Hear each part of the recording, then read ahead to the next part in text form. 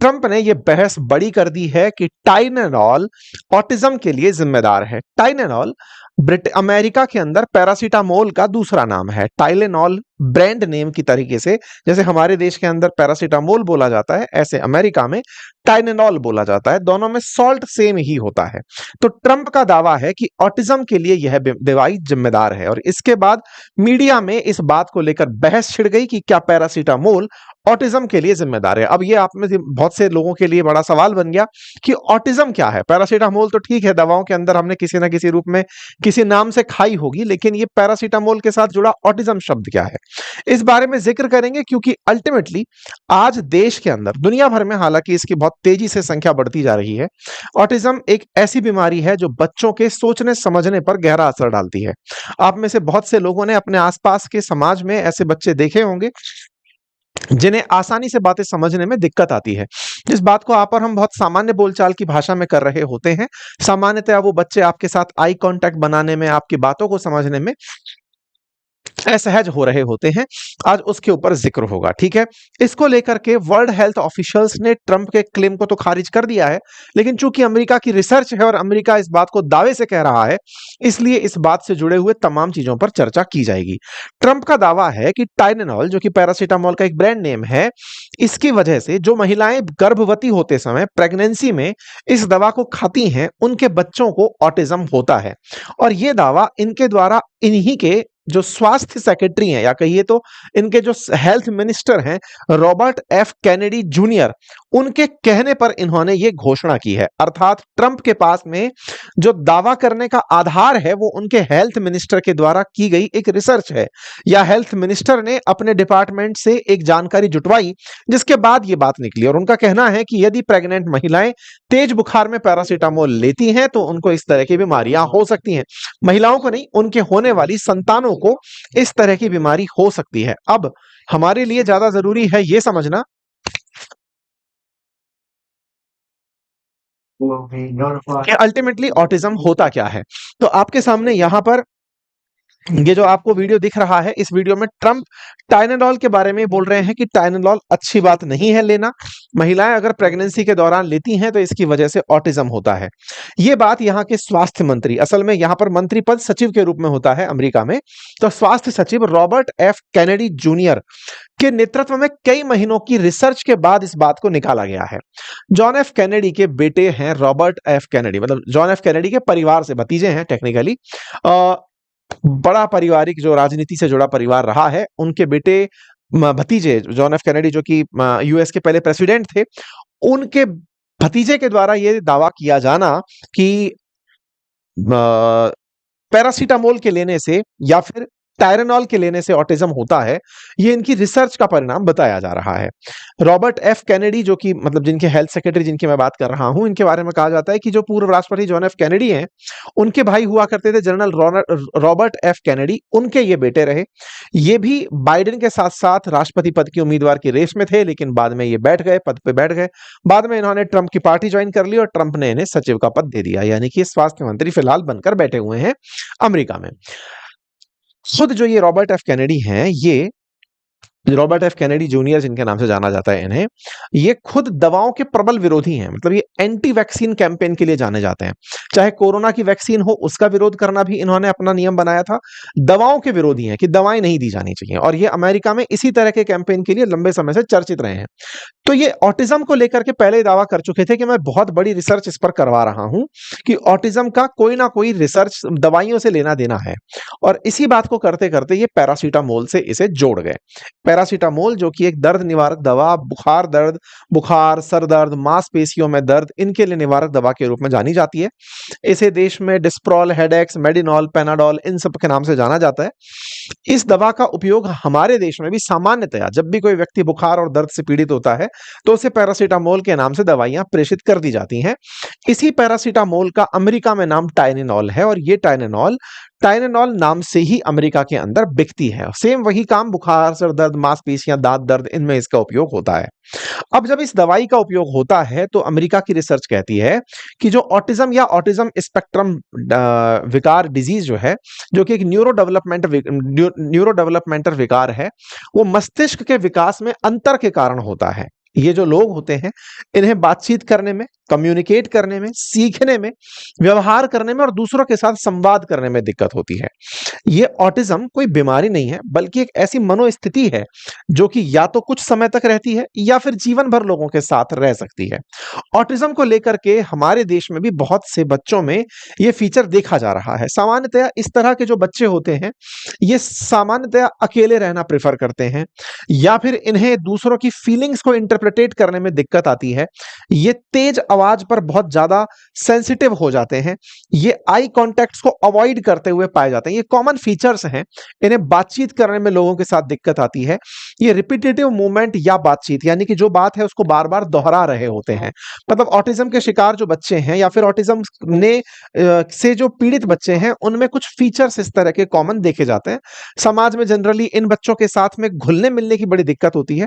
ये बच्चे तो सामान्य ही हैं, लेकिन इनके मानसिक विकार के कहिए या मस्तिष्क में एक तरह से कहिए कि कुछ ऐसी दुविधा है कि ये आप जैसे नहीं होते। इंटरेस्टिंग फैक्ट मैं यहाँ पर एक ऐड कर दूं कि इसका मतलब ये नहीं होता कि ये मंद बुद्धि हैं।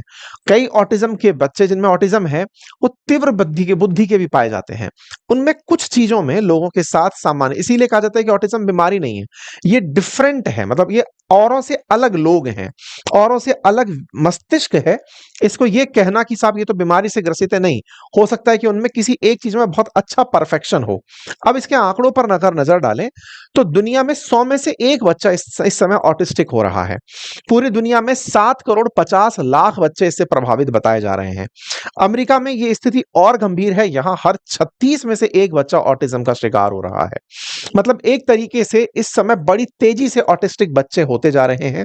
ये नंबर अगर 1 लाख पर 2021 के आंकड़ों में देखा जाए तो सिंगापुर में 1460 बच्चे ऑटिस्टिक थे। ऐसे ही जापान में 1450, ऐसे ही ऑस्ट्रेलिया में, कनाडा, यूएस, रशिया। आप यहां पर इंडिया का नंबर देखते हैं तो 715, लेकिन इसको देख के खुश होने की जरूरत नहीं है। इंडिया के अंदर सामान्यतया ऑब्जर्वेशन ही नहीं होते हैं। तो ऑब्जर्वेशन यानी कि एक तरह का ट्रीटमेंट को लेकर के कोई बात ही नहीं है या फिर कोई जानकारी जुटाने के लिए कोई तरीका नहीं है। ऐसे में आपको ये पता चले कि इंडिया में कितना होता है तो इंडिया का नंबर को आप अवॉइड भी कर सकते हैं। ठीक है। ऑटिज्म को लेकर के वर्ल्ड हेल्थ ऑर्गेनाइजेशन भी इस बात को जानता है कि 127 में से एक बच्चा, ये WHO का आंकड़ा है कि इस समय इस तरह से ऑटिस्टिक होता जा रहा है। हालांकि इसको लेकर के कई तरह के कारण बताए जाते हैं कि ये होता क्यों है। कहते हैं कि कई बार समय से पहले जब बच्चे का जन्म हो तो उस समय जन्म के दौरान के जो कॉम्प्लिकेशंस हैं, जैसे बच्चे के साथ कम वजन का होना या एक भाई बहन का ऑटिज्म से पीड़ित होना या कुछ क्रोमोसोम्स का या जेनेटिक कंडीशन का होना, प्रेगनेंसी के दौरान पेरेंट्स द्वारा वेलक्रोइक एसिड या थैलिडोमाइड का इस्तेमाल होना, ऐसे कुछ प्रमुख कारण हैं। हालांकि और एक बड़ा कारण में यह भी कि बच्चों माता पिता की जो उम्र है उसका 35 साल से अधिक होना, कुछ ऐसी चीजें हैं जिनके बारे में कहा जाता है कि इस वजह से यह हो सकता है, क्योंकि बच्चों में होने वाली बीमारी है। तो ऐसे में इसको लेकर के कोई कंक्रीट जवाब नहीं है कि ऐसा होगा तो बच्चा ऑटिस्टिक होगा। इसका कोई इलाज भी उपलब्ध नहीं है। इसमें मतलब कुछ दवाओं के माध्यम से बच्चों के अंदर जिनको नींद नहीं आ रही है, जिनका ध्यान भटक रहा है, उन पर काम किया जा सकता है। अब ऑटिज्म के लिए बकायदा ट्रेनिंग कैंप्स चल रहे हैं। टीचर्स बकायदा ऑटिस्टिक बच्चों को ट्रेन करने के लिए आ रहे हैं। तो एक तरीके से ऑटिस्टिक बच्चों के साथ में उन्हें नॉर्मल बिहेव करते हुए सामान्य जिंदगी जीने के लिए अग्रसर किया जा सकता है। अमेरिका में टाइलेनॉल नामक दवा के कारण ऑटिज्म हो रहा है, ऐसा वहां की रिसर्च में कहा जा रहा है। तो ये रॉबर्ट एफ कैनेडी जूनियर जो हैं, इन्होंने 5 महीनों से रिसर्च करवाई इस बात के ऊपर चिकित्सा विशेषज्ञों के माध्यम से कि ये जो ऑटिस्टिक बच्चे हैं, इनके पेरेंट्स ने क्या पैरासीटामोल खाई थी। उनका मानना है कि प्रेगनेंसी में जिनकी माओ ने पैरासीटामोल यानी कि टायरेनॉल खाई थी, उनके बच्चों को ऑटिज्म हुआ। इसमें इन्होंने हार्वर्ड विश्वविद्यालय के चान स्कूल ऑफ बिजनेस हेल्थ के डीन के नेतृत्व में भी शोध किया और उसमें इस तरह का इन्होंने पाया कि टाइलेनॉल के संपर्क में आने के कारण बच्चों को ऑटिज्म हुआ। जबकि एक नंबर कॉमन सा निकल के आ रहा है कि 36 में से एक को हो रहा है, तो निश्चित ही कोई ना कोई तो ये दवा खा ही लेगा। लेकिन इस बात को लेकर के डॉक्टर्स बटे हुए हैं। उनका कहना है कि ये कोई एक आंसर नहीं हो सकता कि ऐसा होता है। दुनिया में पैरासीटामोल को लेकर के बहुत से दावे पहले भी किए गए हैं। कई अध्ययनों से यह प्रमाण पता चलता है कि इसका कोई स्पष्ट प्रमाण नहीं है। एसिटामिनोफेन यानी कि पैरासीटामोल का जो है, इसका विवेकपूर्ण इस्तेमाल और भ्रूण के विकास संबंधी मुद्दों के बीच सीमित मतलब कोई सीधा संबंध स्थापित करता हो, ऐसा कोई भी अध्ययन उपलब्ध नहीं है। लेकिन फिर भी जब कोई व्यक्ति ये धारणा बना ले कि टाइलेनॉल के कारण ऐसा हो रहा है, तो वो उसे रिलेट करने का सारा प्रयास करता है। जैसे कोरोना के बाद में हार्ट अटैक का आना, लोगों ने रिलेट किया कि कोरोना के कारण हार्ट अटैक हो रहा है, जिन्होंने वैक्सीन लगवाई थी उन्हें हार्ट अटैक आ रहा है। तो ये एक धारणा बनाते हुए चले गए। तो टाइलेनॉल के साथ भी कुछ वैसी चीजें हैं, क्योंकि हर व्यक्ति कॉमनली ये दवा जीवन में एक दो बार खा ही लेता है। इसको लेकर के दुनिया भर के डॉक्टर बटे हुए हैं। डॉक्टरों का मानना है कि नहीं, ये दवा सेफ है, संतुलित तरीके से प्रिस्क्रिप्शन के साथ ली जाती है, तो इससे किसी भी तरह की कोई दिक्कत नहीं होती। लेकिन हाँ, इन महोदय द्वारा इस बात को जब जिक्र में लिया गया तो लोग इन्हीं के खिलाफ हो गए कि ये केवल झूठा कैंपेन चलाते हैं। ये वो हैं जो कच्चा दूध पीने की सलाह देते हैं, जबकि कच्चा दूध पीने से लोगों में कई तरह की बीमारियां हो सकती हैं। जिनकी इम्यूनिटी अच्छी नहीं है, उन्हें फूड पॉइजनिंग हो सकती है, डायरिया हो सकता है। तो बोले ऐसे स्वास्थ्य मंत्री के बयान को हम कैसे मान ले? तो लोग इनके ऊपर निजी हमले करने पहुंच गए। खैर, ये विषय विषय विषय विषय विषय विमर्श का है, डॉक्टरों से संवाद का है। तो ऐसे में किसी भी रिजल्ट तक पहुंचने के लिए किसी एक दावे को सही मान करके आगे बढ़ना ठीक नहीं होगा। दुनिया भर के डॉक्टर्स इंक्लूडिंग इंडिया पैरासीटामोल को सेफ मानते हैं। वर्ल्ड हेल्थ ऑर्गेनाइजेशन इसे सेफ मानता है। वो इसको बोलता है कि ये क्लेम गलत है कि ऑटिज्म इसकी वजह से होता है। इंडिया के डॉक्टर्स का भी कहना है कि पैरासीटामोल सेफ है। बाकी इंडिया से जो स्वामी स्वामीनाथन जी थी, सौम्या स्वामीनाथन, जो WHO में रह चुकी हैं, उन्होंने भी इस बात को कहा कि नहीं, ऐसी कोई रिसर्च नहीं है जो इस बात को इस तरह से प्रूव करती हो। तो कुल जमा अर्थ ये है कि अमेरिका का ये दावा कि टाइलेनॉल के कारण ऑटिज्म होता है, ये उनकी शोध पर आधारित है। लेकिन उनकी ही शोध को उनके देश में लोग नहीं मान रहे। इसीलिए अगर आप तक ये खबर पहुंचती है कि पैरासीटामोल से नुकसान होता है, तो आप बस रिसर्च का हवाला दे सकते हैं कि दुनिया भर के लोग इस बात को नहीं मानते।